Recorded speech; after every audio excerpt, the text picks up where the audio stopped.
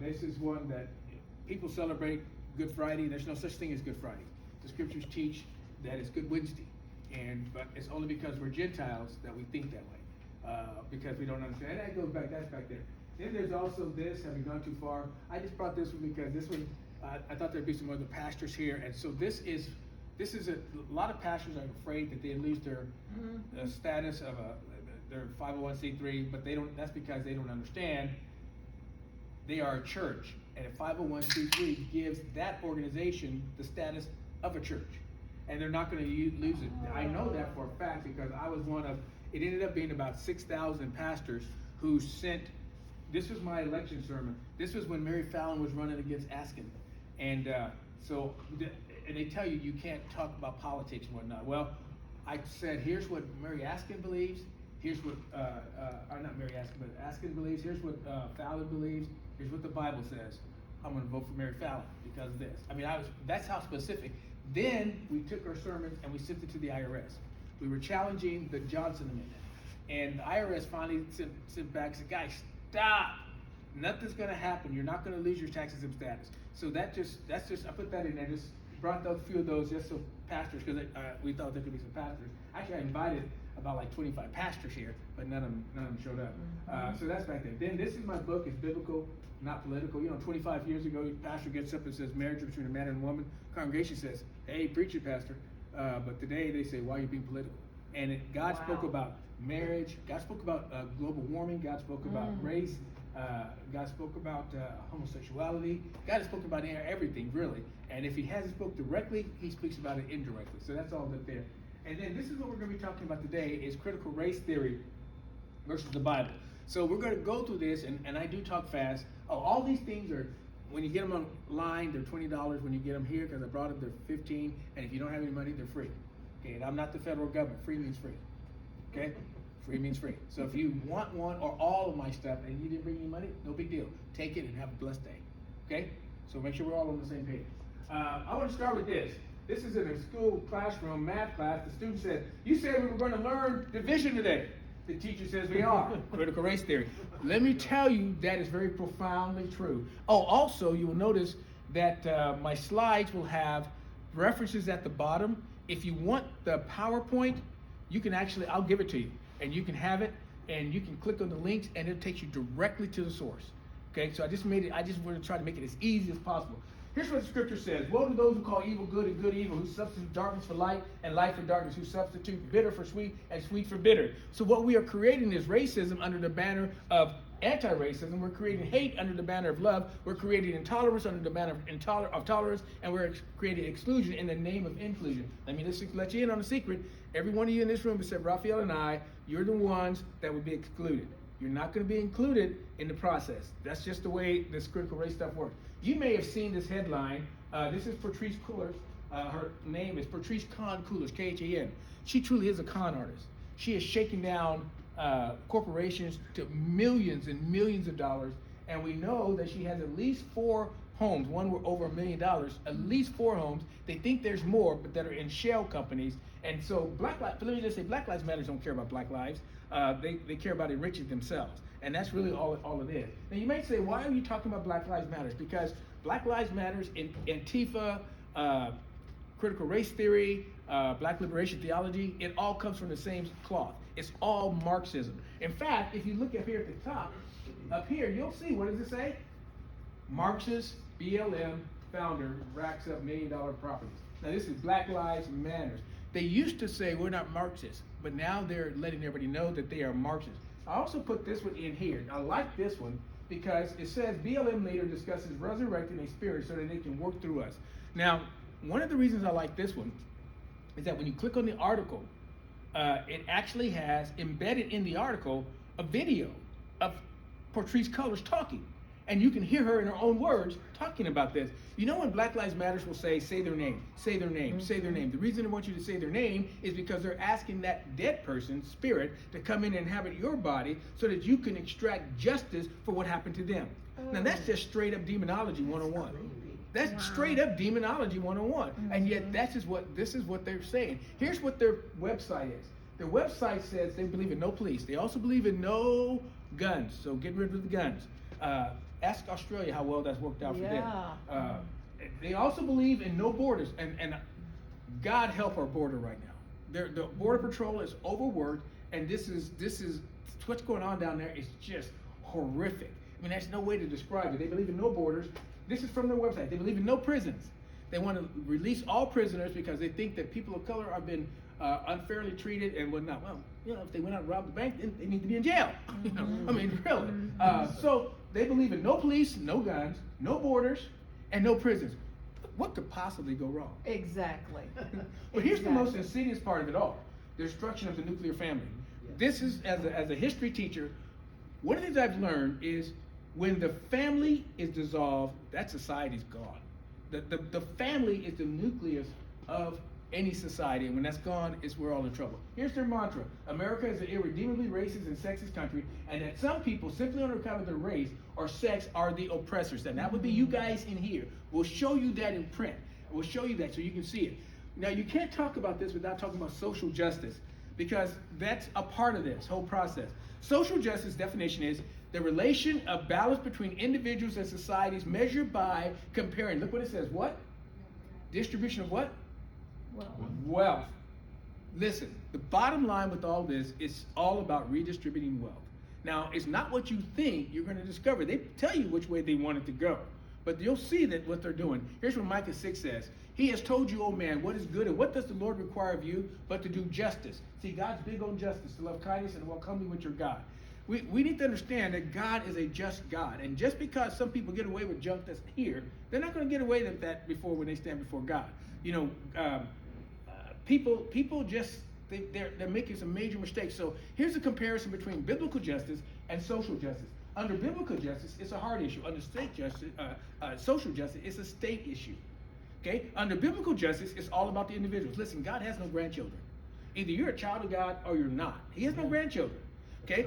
And under social justice, it's about the group. Under biblical justice, it's about individual outcomes. Under social justice, it's about group outcome. What's best for blacks? What's best for Hispanics? What's best for lesbians? What's best for transgenders? In fact, the greater the intersections you are, at least in the Biden administration, that's who got the jobs. You know, the more intersections you have, they didn't talk much about their qualification, but they sure talked about, hey, this is going to be the first transgender in this position. Well, I don't care if he's transgender. I want to know, can he do the job? You know, and what we're finding from their administration, they can't do the job. Exactly. Bad preacher. Sorry.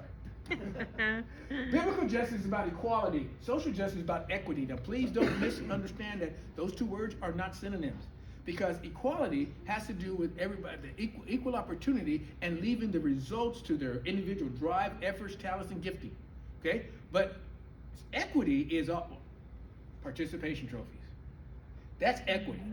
You know, and I'm going to tell you this. I think participation trophies have done tremendous damage to our children, to our society. The thing is that it's just terrible what's happening. Under biblical justice, our identity is in Christ. Under social justice, it's all about power, about privilege, and about oppression. That's what it's all about. Now, you have what I call an unholy trinity: diversity, inclusion, and equity. Diversity is really more about you being like them and agreeing with them. Diversity really isn't diversity. It's all about the way that they perceive things. You know, there's back on the test is the desk back there. Is this responding to social justice here? This is excellent. This is excellent. And so what it does, it shows you all these different things, what it means, and how these things work. So they have diversity. The next thing is inclusion. It's not going to include you. And then equity. We just talked about that. Now, if you look closely at that, look at what the acronym spells. And that's really what it is. Now, I will tell you how stupid this stuff has gotten. This is really, each day, I mean, this presentation, I've given this presentation 28 times now, since May. And it has never been the same. It's always changing. And this one changes too. It's never the same. And here's what's interesting. This just shows you how crazy our world has gotten. We can tell how a person, that white people are racist. You know how we can tell white people are racist? By the way they walk on the sidewalk. Now, this is just insanity. I mean, this is just insanity that people are actually buying this nonsense and people are doing it. Now, you might wonder why this slide is in here. Why would you be talking about the 2020 presidential election? Well, you're going to see in just a moment how connected it was. You'll remember when, before Trump was removed from office, he actually created an executive order banning critical race theory to be taught in anything that has to do with the government. Okay, that's important. Now, I want you to notice this. This is, I Binged this. I don't use Google if I don't have to. I think they're an evil organization. But Bing's not that much better, but they're better than they are. And so I Binged this, and this is from October the 24th, 2020. The significance of that date is that there are not supposed to be anybody else who's able to register to vote after that date. That's significant. Now look at the bottom line number. All those added up, they add up to there's 118 million legal registered voters. Here's what the results of the election was. Trump got 74 million. Joe Biden allegedly got 81. Now you know Barack Obama is ticked off that they cheated that much. And he got more, Joe Biden, nobody believes Joe Biden got more votes than Barack Obama. Okay, nobody does. But the total was 154 for those two, but there was 159 million cast. Now, that's because there was, the independents had on candidates, the Greenpeace party, I mean, there's other parties, and so those were legit. So here's what the results were. At votes cast, 159 million, registered voters, legal voters, 118, for a difference of 40 million, almost 41 million, there was 126% of the people voted. Wow. Now, I don't care if you're Republican, Democrat, Independent, Libertarian, Communist Party, Greenpeace Party, what? There's something wrong here. There is something wrong. And this has nothing to do with conspiracy. This is not talking about conspiracy. There's no way you get 100% of the people voted, let alone 126% of the people voted. Right. Okay? Now, that's what we can see. Now, this wonderful group of people said, hey, there's nothing to see here. Right. Except for three. Gorsuch, Alito, and my personal favorite, Thomas. They wanted to deal with this. Now, the one in the center, John Roberts, says, hey, we cannot rule. Now, let me make sure you understand this. They had this information. The Supreme Court had this information. Don't misunderstand this. So when they're making their decision, John Roberts says, we don't want to rule on this. Rule on what? Rule on this. Because there's only one ruling you can make. Something's wrong. So when they said we don't want to rule on this, he says, we don't want there to be riots, and people start having riots all over the place. How'd that work out for you, John? And then he said this. He says, I don't want to rule on this because I don't want my family to be harassed and my children to be harassed and then protesting in front of my house. Well, I'm sorry. If you're afraid to do your job, you have no business being in that job. Thank you. That's right. I mean, this is what they said. Now, you say, well, okay, JT, that's fine and dandy, but what's the big deal? Here's the big deal. Biden pushing critical race theory. In fact, the federal government is giving financial incentives for people who are teaching the 1619 Project, which is just a joke, and the teaching the critical race theory. Now, I sent a letter to the federal government saying, hey, don't do this to the Secretary of Education, and they did it anyway. Well, what happened then was they got so much heat that they backed away from that. But they're still don't be all excited about that, because all they do is change names. And so now they're using social emotional learning. In fact, you go on their website, it's the same verbiage. It's incredible. Same verbiage that's there. This section here deals with the folks that are influencing our government. This is one that used to be where Cheryl Harris, she's from UCLA, proponent of critical race theory. Now notice what she says. She wants to suspend private property rights. Now listen, folks. They are close to their goals. Their goal is that all property rights, no one would have any private property, and it'd be fully implemented by 2020. I mean, 2030. That's about 8 years away from now. 2030, they have it fully implemented. That means they're starting some of this now. But I want you to pay attention to the other thing she says. That's the wrong way. I want them to go there. She says, seizing land and wealth and redistributing among what? Racial lines. Okay, so really, technically, I really shouldn't be telling you all this because I'm going to be the beneficiary. However, that's wrong. Listen, if you've earned the things that you've earned and you work for those things, don't let anybody try to make you feel guilty for what you have. That's right. I mean, they just want to take what you have. Don't let them feel guilty. And you enjoy it because God has blessed you with it, and go forth. Now, she has influenced our government, and they are listening to her. Here's the one that they're listening to the most, Ibn Kendi from Boston University. He has proposed, folks, these are the things that they are in the process right now of trying to implement. Okay, they're getting some resistance, thank God. But he wants to set up he has proposed a Department of Anti-Racism. Now listen to this. This department will be independent of elected branches of government. You know what that means? No accountability. No accountability. And would, now watch this, have the power to nullify, veto, or abolish any law at any level of government and curtail the speech of political leaders and others. You know who others are? That's me. That would be you, anyone who's doing this. Who they deem insufficiently anti-racist. Now, in order to be an anti-racist, you actually have to be a racist. That's just the way the system works out. Here's what he says. Quote, the only remedy for racist discrimination is anti-racist discrimination. The only remedy for past discrimination is present discrimination. The only remedy for present discrimination is future discrimination. That's going to be a great society to live in.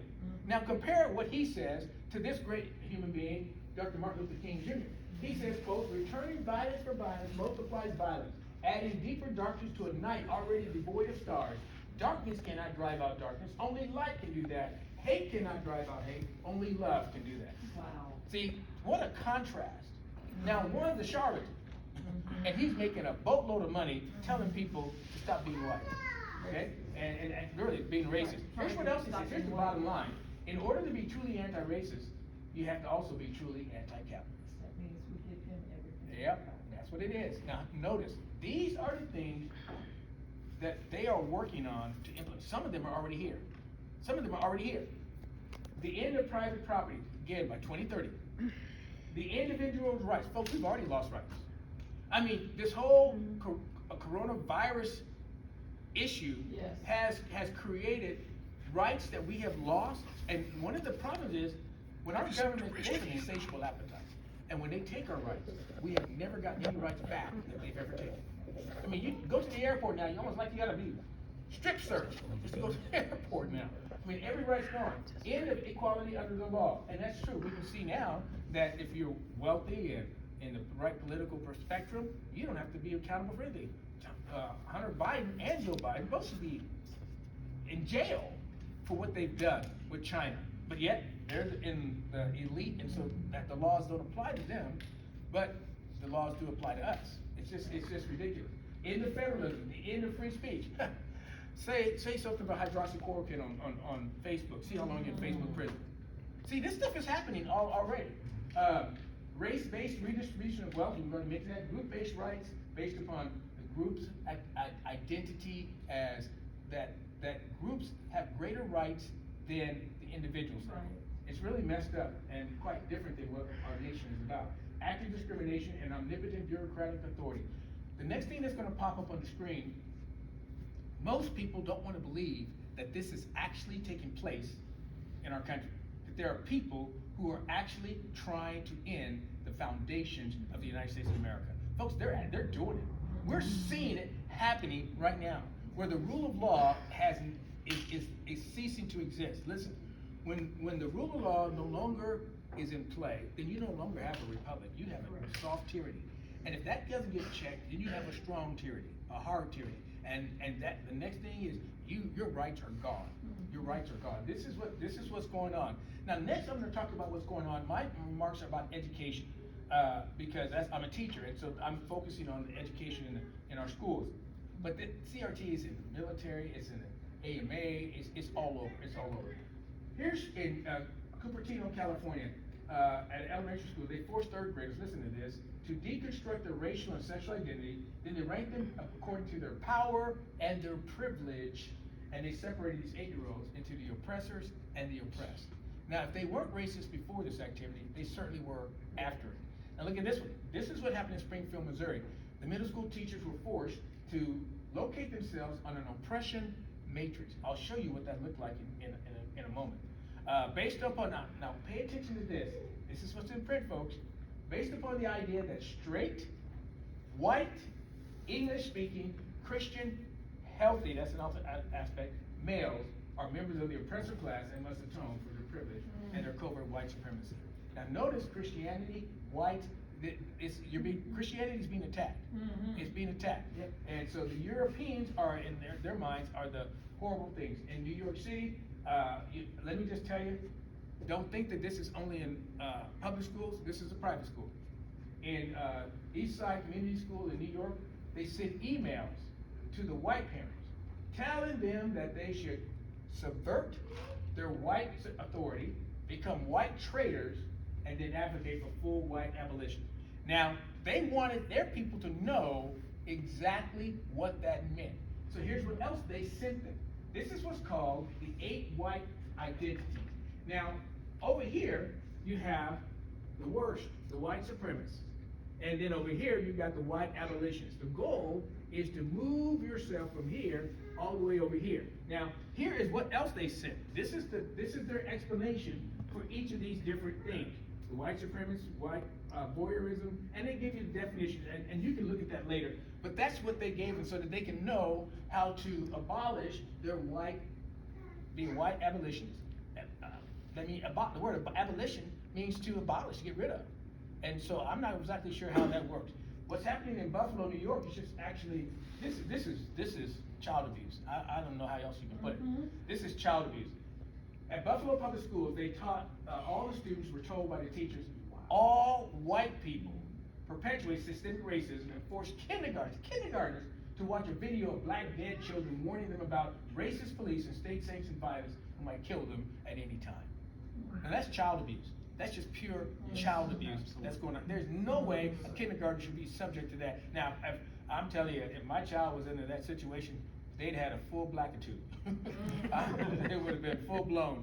Here's what's happening in Arizona Department of Education. They created an equity toolkit. And listen to this, claiming that babies show the first signs of racism at 3 months old, and that white children, not people, children of color, become full racist, strongly biased in favor of whiteness by age 5. Now these are people with degrees, piled on top of degrees, piled on top of degrees, that I can only think of Romans 1:22. Professing to be wise, they became fools. This is just insane. Now, these are my 2 babies, and sometimes they're with me, sometimes they're not. They're back there, you've seen them. We've had them over 15 months now. We are in the process of adopting them, and that has changed our life and theirs as well. So we love them. Emma just turned 4 last week, and Cole's gonna turn 3 in November. When I go pick them up from daycare, Emma, whatever she's doing, she drops what she's doing, throws her hands up in the air and says, "Daddy!" Oh. You know what she doesn't do? Drop everything, throw her hands in the air and say, "Black Daddy!" Listen, if you have a child that's 5 years old and they're racist, it's because you taught them to be racist. Yes. That's the only reason that's there. Now California, oh, you gotta love them, don't you? California, I honestly did not think this was gonna pass. I said, there's no way this is gonna pass. There's no way. It passed in March. It's being implemented right as we're speaking now. And I just was dumbfounded. They passed what they call an ethnic studies curriculum that calls for the decolonization of American society, and as students chant to the Aztec god of human sacrifice, and their solution, according to one author, is to counter genocide against who? White Christians. That is scary. See, this is print. This is print. Now, this is one of the authors up there. He says that white Christians committed what he called theocide against the indigenous tribes, killing their gods and replacing them with Christianity. White settlers thus established a regime of coloniality, dehumanization, and genocide. Now, I'm going to spend just a moment and read to you part of this curriculum that these kids are being subject to. Now, I'm going to put this up, I'm sure Dr. Kroll can better pronounce these names. I can't, so I don't even try. I just put the names up. These are their false gods that they have, and so I'm just going to read what they said, and I'll make reference to the different gods as it comes up.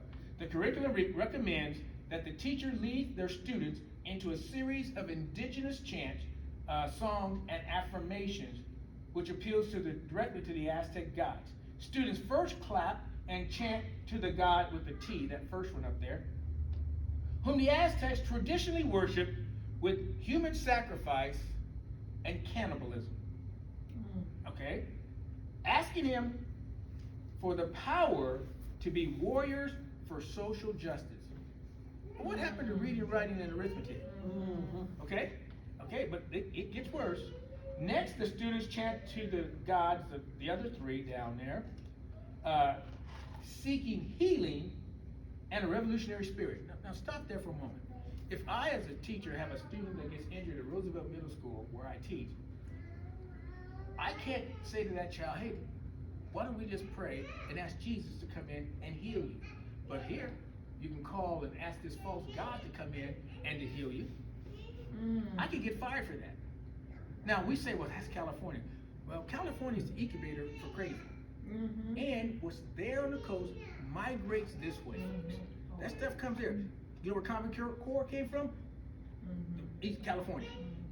But we don't teach Common Core in Oklahoma, right? Yes, we do. Yeah, I know we do. I mean, they just change names. That's all they do. They just change names, and because they're not going to give that up. Okay. Now let's keep reading.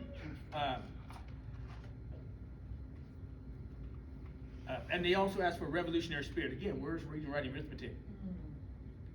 The H god, the third one down there, is the Aztec deity of war, and inspired hundreds of thousands of human sacrifices during their Aztec rule. Finally, the chant comes to a climax with a request for liberation, transformation, and decolonization. Now listen to this. The chants have a clear implication. Listen to this. The displacement of the Christian God, which is said to be an extension of white supremacy.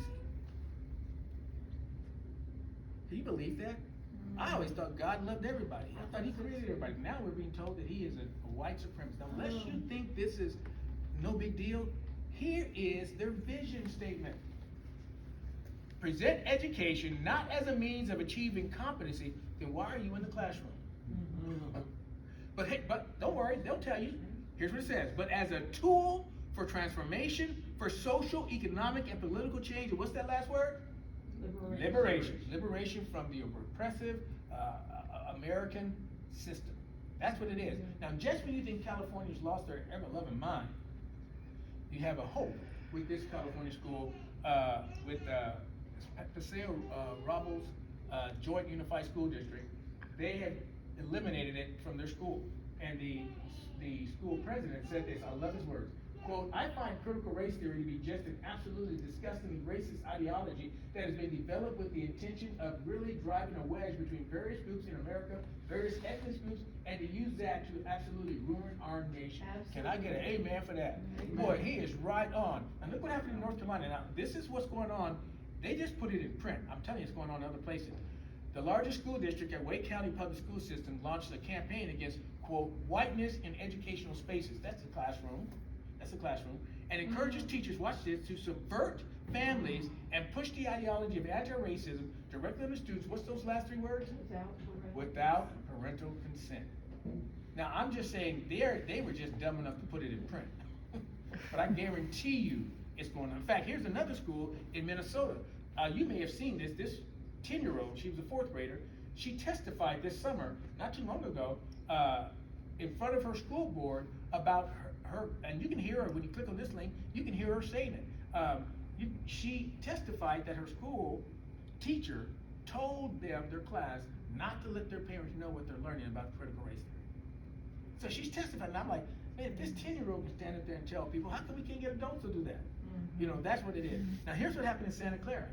They declared America as a parasitic system based on the invasion of, quote, white male settlers. Here you see that again. And encourages the teachers, now watch this, to cash in on kids' inherent empathy in order to recruit them into political activism. Again, it's not about learning, reading, writing, and arithmetic. It's about political activism that's going on. This was in my school, at Roosevelt Middle School, for Black History Month. This was hanging on the walls. This is Asiter Shakur. Most people have no idea who she is. But here's what she says. Dreams and reality are opposites. Action synthesizes them. So in other words, you want to make your dream become a reality, you have to create something, you have to do some action. Well, what action did she do? Well, she is a murderer. She murdered State Trooper Warner Forster in 1973. He's a New Jersey trooper. And she went on the run. She ended up in Cuba, then we don't know where she's at now. They tried her in absentia, found her guilty, and there was a $2 million bounty on her head. But yet, this was hanging on our school wall for the kids to be inspired. So I went to our principal and said, hey, and he said, yeah, someone else had already come to me, and I said, okay, and the next day it was taken down. So that was good. So, you know, we got to do that. Now, this is interesting here. They didn't do this year. because I've been talking about, my district. This is Oklahoma City Public Schools, the largest school district. Now, I want you to see what they made us go through. This was the back to school last year, 2020, mental health in the dual pandemic of COVID-19 and the pandemic of systemic racism. Now, here is what the agenda was.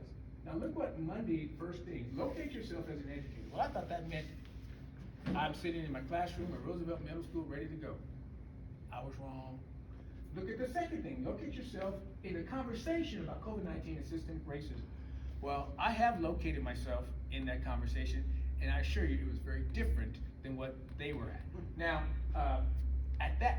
about this time is when the governor signed House Bill 1775 to eliminate critical race theory. So what happened was, this is what this made national news. This went national. Our district said it is, quote, it is racist. OKC board denounces ban on teaching critical race theory in the Oklahoma schools. Okay, so this is what they were saying. Our superintendent, Dr. Sean McDaniel, says, quote, House Bill 1775 appears to be a solution looking for a problem which does not exist. Okay, now at this very time, this is still on our website. Now this one down here, this is in white, so you have to copy it and paste it. If it's in white, you got to copy and paste, but if it's in blue or green, you just click on it and it goes straight to it. But this takes you to that link. Now this is a deal they put on Black Lives Matter. I'm not going to take time to go through this, but my point is the white is what the school district has on their board on it, and this is all white. This is there. The yellow is what has been added, and Dr. Sean McDaniels has all of this. It was sent to him, and we had a conversation about it, and he disagrees with my take on this, but he said I quoted him accurately. So these are some other buzzwords, because this sheet here has all these buzzwords back there, but some of the stuff is not back there. So just let me let you know, here's some other buzzwords. Systemic solutions, translation, institutions must actively work to eliminate any and all imagined instances of racism, even where no hard scientific verifiable evidence of racism exists. See, the only thing they have is calling you a name. The worst thing you can be called today is a racist, seems like. And so because of that, people immediately shut down because they say I'm not racist, and so they shut down. So that's what it is. There's nothing there. It's just someone just makes the accusation, therefore it's true. But no, it's not true. And so that's why that's there. The next one is to the problem of implicit bias. Translation: one is inherently and forever racist, no matter his or her objective to the contrary. Racism is an inherent perennial quality that endures forever unknown, lurking deep within every person.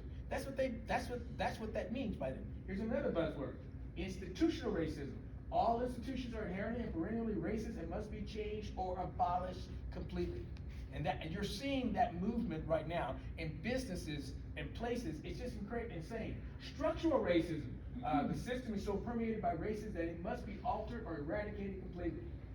Here's what it says: through intentional acts. Now, let me explain that. This is all of the stuff we have to go through, from back to school, mental health, and dual pandemic, COVID-19. And then here's what they said to us. Quote, you must publicly acknowledge and confess your white privilege and white racism. That's what we were told. The whole 5,000 teachers and administrators were sitting there. We had to be on Zoom, and this is what they were telling us. And I thought, what exactly am I supposed to do? I mean, really, this is what they're telling us. Okay. Now, notice what it is. They say our equity. There's that word, policy. Equity of results, not equity of opportunity. The results are all the same. By implementing our educational equity framework. Now, what that means is all academic standards that even the lowest performing students cannot meet must be eliminated in the name of equity. And let me explain in the Oklahoma City public school system how that works. I give a kid an assignment. If they turn that assignment back in with their name, the lowest grade I can give them is a 50. A 50. Well, I gave him a 45. He misspelled his name, so he got a 50. This is what Sean McDaniel says. House Bill 1775 appears to be a solution, looking for a problem which does not exist. So let me ask you, do you think there's a problem that exists? Mm-hmm. Yeah. I've been going across the country speaking on this, and everywhere I go, everyone, 100% of people say that the only place where they don't see there's a problem is the Oklahoma City Public School. Yeah, it's really interesting. Now, you might I would tell you, check your kids' yearbooks or your grandkids' yearbooks, because this last year they did all kinds of stuff in there. This is from Newcastle, so not too far from here. But if you look up here, ACAB, all cops are bastards. Wow. This is what, now some adult had to approve this, okay? Some adult had to approve this, okay? And that's in their yearbook. There's others. I mean, I looked at stuff in Norman's yearbook. I mean, all these yearbooks, they're doing all this kind of stuff. Now, I'm not gonna spend time talking about what they said, because they messed up. This is the superintendent in Oregon telling them that, hey, you're gonna have to go along or get a new job. So here's what he's actually said. This is Don Grotting from Beaverton, Oregon. He says, I do want the message to get out there that this anti-racist training isn't optional anymore. We've waited for the willing, and if you're not willing, then maybe this isn't the right place for you to work. Maybe we can free up your future, because if we're going to become an anti-racist school district, it can't just be a few people, it needs to be everybody, to include our staff, our students, our community, and eventually everyone. So my question to Dr. Grotting and Dr. McDaniel is this: when are you gonna submit your letter of resignation so a person of color can have your job? Okay, really? When is that gonna happen? See, I want you to pay attention to this.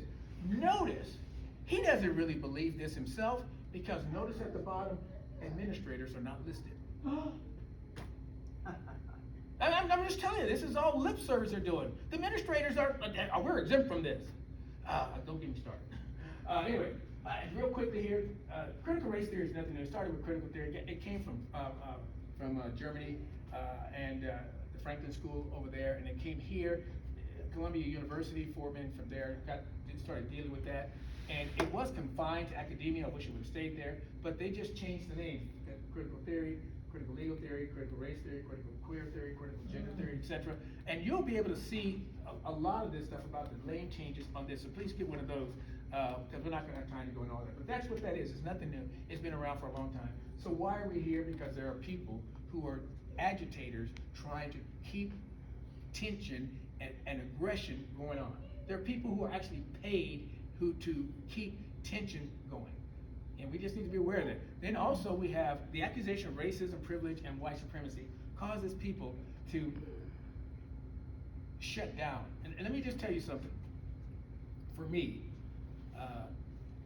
I didn't learn this overnight, so don't misunderstand. But it took me a while, and once I finally learned this, it has transformed my life. And that is this: I've been called the worst by God, a sinner. And I've been called the best by God, my child. So anything anyone calls me falls somewhere in between. So you cannot hurt me by what you call me. And believe me, I've actually been called a white supremacist. It's just ridiculous. It's just ridiculous. And so I said, okay, I'm a white supremacist now. Can we have a conversation? And let me tell you something. All they have is the accusation. They don't have anything else. I know, because I've asked them about it, and it's crickets. It's crickets that happens. Not only that, there's unchecked hatred and violence. The stuff that was going on in Seattle and other places was, and nobody did anything.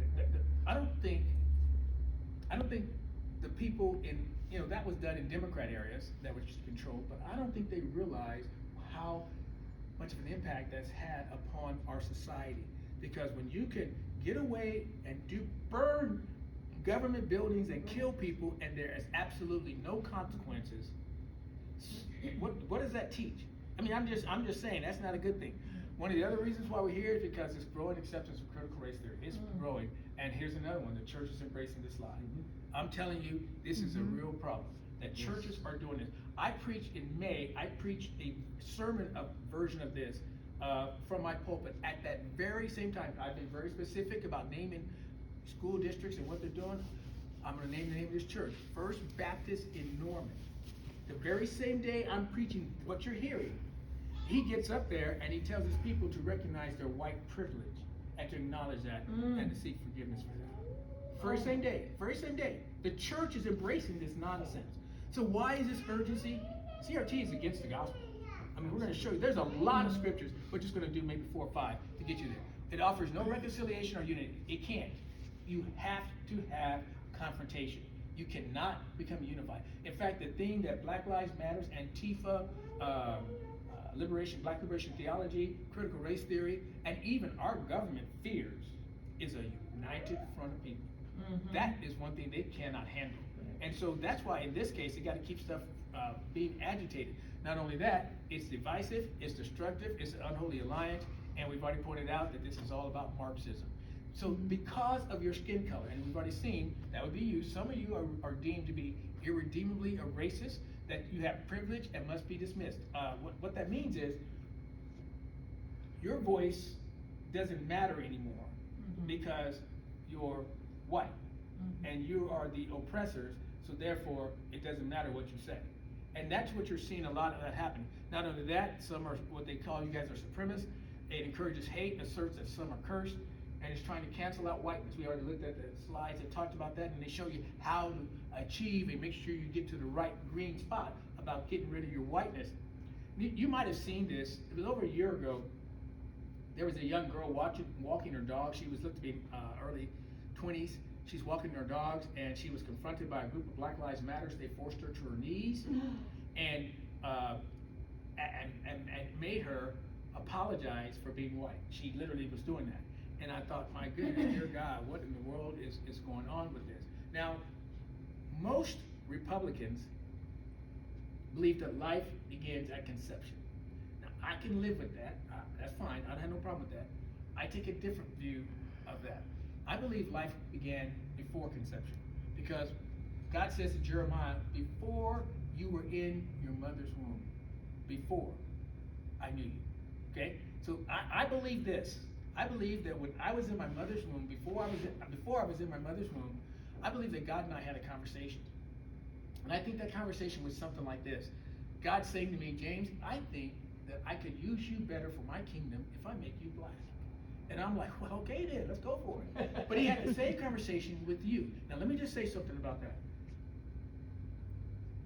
I believe that more so now than I have before, because I'm talking about CRT, and I'm telling you, they don't know what to do with me. This is not easy for them. I'm happy, they call me racist, but I mean, it doesn't really fit, because technically black people can't be racist, according to them. Well, has anybody ever heard of Louis Farrakhan? Huh. Okay, now, here's what that girl was saying when she was on her knees apologizing for being white. She was saying, God, you messed up. And so because you messed up, God, I gotta apologize for what you've done. That's what, now she didn't use those words, but that's exactly what she's doing. And that's why I say stop. This whole concept is just insane. It's just insane. So they're trying to cancel out whiteness. That thrives on guilt and accusation. That's all it is. Make an accusation, make you feel guilty. That's it. Skin color takes priority over Christ. Here's what Jesus said. By this, all people know that you are my disciples if you have love for one another. That's just opposite of what Antifa, what Black Lives Matter, what critical race theory is thinking. Romans 8:1, therefore there is now no condemnation for those who are in Christ Jesus. That's what they're doing. It's all about condemning whites for what their great-great-great-grandpappy did. And that's all it is. It's just about condemnation. Acts 17:26, we all can trace our heritage to one blood. We all come from Adam. We can all come from Adam. Here's one of the other things that's a problem. Galatians 1, Paul is talking to the Galatians, and he says this: if we are an angel of the Lord, should come to you and preach a gospel contrary to what you have heard, let him be accursed. Some translations, let him be accursed to hell. He then repeats that same thing in verse 9, because this is a great deal to him. So the second you take the word of God, the pure word of God, and you mix it with Antifa, Black Lives Matter, critical race theory, black liberation theology, you've just created false doctrine. And what you should be concerned about is when Jesus says, woe, woe, woe to those who lead one of my little ones astray. For it would be better for them to have a millstone tied around his neck and tossed into the ocean. Now, a millstone weighed about 2,000 pounds. Jesus is saying, you got a better chance of survival with a 2,000-pound rock tied around your neck and you tossed into the Mediterranean Sea than you do facing him for leading one of these little ones astray. And folks, I'm telling you, churches have embraced this and this lie, and they're teaching it from the pulpit. At this very time, they're teaching it from the pulpit, and we need to be very concerned about it. So why is CRT difficult to fight? Well, people have a difficult time talking about social, political, and especially racial issues. Another reason is this, and that is CRT has constructed their argument like a mousetrap. Here's how it works. They say Black Lives Matters. And you say what? All lives matter. All lives matters. Then they say racist. Then you say, I'm not a racist. Then they say, yes you are, you just don't know it, you have it repressed. Okay, now, let me tell you this. Once they start down that pathway of argument, you've won. Because they don't have anything else. I'm telling you, I know, because I say, okay, I am all those things you say, I'm everything. Okay, now, what about this? And they don't have an answer. Okay? So now here's the thing, it's a mousetrap. So now you know where the cheese is, you know where the sugar is, now you can work around it. Because you are in the position that you're right. See, in that whole dialogue, there were two things that were said that were correct. All lives matters, and you saying, I'm not a racist. Those were the two things that were true. The rest of it that they were saying just simply wasn't. So that's one of the things. Here's another thing, and that's this. You have got to come to grips with the fact that there are people that are trying to overthrow the foundation of this country. It is happening right before our very eyes. And then the last thing is this, is just, you gotta get involved. You gotta be involved. You gotta fight this stuff. I mean, you can't just let everything happen and then sit back and say, oh my. Get involved. Don't be afraid. And they're gonna call you names. You're going to be called names. I'm telling you, you're gonna be called names. Now, if you can't handle being name called, then don't get in this. Because if that bothers you, they're gonna wear you out with name calling. Here's the bottom line of what all this is. The last stage, socialism is the last stage before communism. That's literally what it is. Socialism has never worked anywhere, neither does communism. It has never worked. Now, we used to live in Norman. We call that the People's Republic of Norman, because leadership is so psychotic up there. But professors at that university are telling their kids, well, socialism has never worked before, but if you do it right, it'll work. It just hasn't been done right. I mean, come on. And that's the problem. And so that's what it is. The last slide is this. I close with this. Is in the Jefferson Memorial. Indeed, I tremble for my country when I reflect that God is just and that His justice cannot sleep forever. So this is my contact information. I have a business card over there. You can get that. And I'm just going to say this. I'll open up for questions, but I'm going to say this. Take what you want. Okay? If you don't have any money, big deal. It's no big deal. Take what you want. So I can only conclude that if you leave here without at least one thing, I can only chalk that up to white guilt. That's something I can. So what questions might you guys have of me that I may attempt to answer? And by the way, if you want this, give me your email and I'll send you the slides. And if you have a flash drive, you can plug it in and take it now. Okay. So that's up to you. Well, I want you to come and speak at a meeting that we're gonna have. Carl and I have been knocking on doors, we've knocked on so many doors, and we're inviting people. Now, you're gonna have to slow down, because all these people are old, and most of them can't read very well. Is that not big enough? That's fine, but it goes fast. And I'm Oh. talking like in Sunday school, they're stumbling over words. I'm supposedly the Gotcha. best reader in the class, but then I was a teacher, and these other people Gotcha. aren't good Okay. readers. So, you're gonna have to slow down, baby. We did a filming of this, a new filming of it, because it's what's back there is it's been updated so much that there's some things that are the same, but there's a lot that's changed. And so we filmed it and had it all good to go. That's what they said. They said, JT, you just, cause I get excited, and this Yeah. was going just too fast, so I had It's to redo it, amazing. and I have to slow down, and even when I'm slowing down, I'm still finding myself trying to, cause I'm passionate about this. This stuff is just crazy. Yes, ma'am. Okay. With respect to CRT, now the superintendent here in Duncan says it doesn't exist here in Duncan, and he said that it's not in Oklahoma, Oh, and he could not give me an answer when I said, well, then the superintendent in Tulsa and in Oklahoma, they said they were going to teach it anyway. but So- it doesn't exist. Exactly. So, anyway, I also found out that in the Duncan Public School System, I was told by the superintendent, by the director of curriculum and a principal at one of the elementary schools that the teachers are the professionals and they have complete autonomy. Therefore, they can select any reteaching materials, curriculum, books, assessment tools, whatever, and they are not required to be reviewed or approved. And they also are giving subscriptions to teachers to use a company called Teachers Pay Teachers. And when you go on that site, you've got all this, the diversity, the social justice, you name it, on there.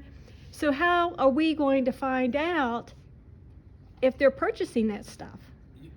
Take this. Uh-huh. This explains a lot of what you're asking. I can tell you, I could go into your schools and look at your curriculum and within an hour can say, oh, here's where this is. Mm-hmm. This explains the words, what they mean. You look for these words, and Mm-hmm. and in fact, what you just described, with the teachers have autonomy to do whatever they want, I promise you it's in Duncan. Oh, there's no doubt in my mind that it's here, because I even contacted the 3 major companies that the teachers are using: Teachers Pay Teachers, Everfi, and one is IXL Lessons or something like that. And when I contacted those companies, they are being used here in Duncan, and when you go on their websites, you find it all. So they need to prove to us that they're not doing it, but... Well, and see, the stuff I showed you about Oklahoma City Public Schools, that's on the website. Mm-hmm. Anybody can just click on the link and see it. Yeah. But every Friday, I don't know if this is going on in the entire district. It probably is. But every Friday, they're teaching the kids the ESL, emotional and social learning. Mm-hmm. They're teaching them every single Friday, the last hour of the day, at least at Roosevelt. They're teaching the kids that. So for them to say it doesn't exist, that's a lie. Well, I'm calling it what it is. It's a lie. Yeah, but the other thing that I've been barking about, even when they were working on the legislation, HB 1775, I said, you have to get rid of SEL. You got to get rid of the company called Castle, because that's the conveyance for all this stuff, and nobody listens. No, they don't. I mean, that's it's in every. Duncan is smaller than Oklahoma City, but it's here. Mm-hmm. It's here, especially the way you described it. I can promise you it's here. Yeah. I mean, I'm running into it in small towns and all over. It's a very common thing, and people think they're quote woke Mm-hmm. by doing this. And to me, it's like, how do white folks get up there and say, yeah, I'm a racist, yeah, you're right, I'm a racist, I got to apologize. What? I mean, I don't get it. I mean, I understand being called names, and that has an impact, I do, but I'm just like, the only way this stuff can thrive is if white folks start believing the lie. Yeah. And that's what they're doing. So what do we do now, knowing that it's there? Okay. And I know that H. Bill 1775 says parents can find out, but say a lot of us here aren't parents of kids who are there. Well, you're still paying. Mm-hmm. So here's what I would recommend. One, do a FOIA request for their emails for the last 2 years. And the reason for that is they're not expecting you to get their emails. Wow. Okay? They're not expecting that. Emails from all From the teachers? No, you don't have to mess with teachers. You need it from the board and the superintendent, all the superintendents and the board. Okay. You get that, and they have to give it to you. They can't. have to. They have to. It's the law. Otherwise, they'd be in trouble. So what that gives you, because especially with this, because it really started. What triggered it was when parents were home with their kids while they were out of school last year. Right. And parents walked by their kid's computer and said, "Whoa!" And all of a sudden, parents are starting to become more aware. But get that request, and so you'll get that, because they have been more free. But once they get a FOIA request, they change how they talk. Okay? They change how they talk. So you'll get a better idea of where it's at and what's going on. And also, they don't want parents to know what they're teaching. I mean, we've shown you a couple of them that were actually actively, actually I showed 3 of here, that were actively trying to get people not to do that. Another thing you can do is, I would say, run for city council, run for school board. That's another thing. And I'm gonna tell you something, here's another thing you can do. Take your kids out of that school. Listen, last year, our legislators you guys were rock stars, because you guys passed some stuff that I was really surprised y'all did, but you guys were rock stars. Actually, 2 years ago, a lot of that stuff would not have made the House floor. It was a tremendously good session. Yes, it I was. was pleasantly shocked. Yes. But yes, and we're looking for better even next Yes, session. yes, and see, one of the things that has happened this last year you guys did, or which came into play, is the money goes with the kid. Yeah. That's awesome. That It puts, does now? yes, power now is back in the hands of parents, and the parents can transfer their kids, get a transfer anytime in a year. Those are things that give parents power back. And the school district, right now, most parents, well, like you were surprised, most parents are unaware that that's what the legislator has done. So they were rock stars. I mean, I was just dumbfounded, pleasantly dumbfounded, that they had done so many great things, and I greatly appreciate you guys for that. So those are some things that you can do that can make a difference with your kids. I mean, you can't. When your kid comes home and tells you, "Daddy, Mommy, why are you an oppressor?" It might be a little too late at that point. It might be too late. Well, the biggest problem that Duncan has, and I'm assuming it's that way in Comanche and other cities, is they have no alternatives.